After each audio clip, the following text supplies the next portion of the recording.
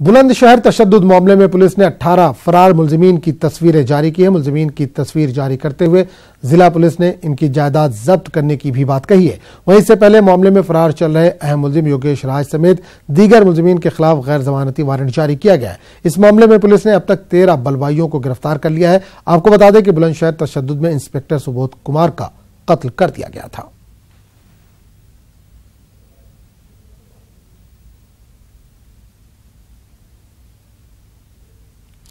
छत्तीसगढ़ के वजीराला के ताल्लुक से अब तक सस्पेंस बरकरार है। दिल्ली में जुमे को कांग्रेस सदर राहुल गांधी ने छत्तीसगढ़ के लीडरान से मुलाकात की। छत्तीसगढ़ में सीएम रेस में 3 लीडरान का नाम आगे चल रहा है।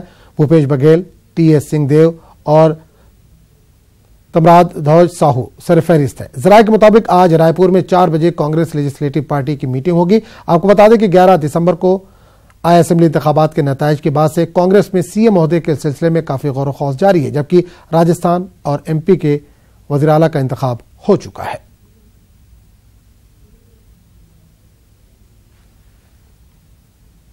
मेरा नाम विधायक दल की बैठक में आया होगा, प्रस्तावित कुछ साथियों ने किया होगा, ये संभव है, लेकिन अभी कोई ऐसा निर्णय नहीं हुआ। इसमें तो चर्चा इस बात की होनी चाहिए कि देखिए अच्छे नाम हैं, इसलिए सोचना पड़ रहा है। एक से ज़्यादा अच्छे नाम हैं, इसलिए उसके बारे में चिंतन करके गंभीर विषय है। एक राज्य में जिम्मेदारी सौंपनी है और आज संभावना है कि नाम आ जाना चाहिए फाइनल। जोरमथांगा आज मिजोरम के वजीर आला के ओहदे का हलफ ले सकते हैं। मिजोरम के वजीर आला ने पहले ही गवर्नर को अपना इस्तीफा सौंप दिया है।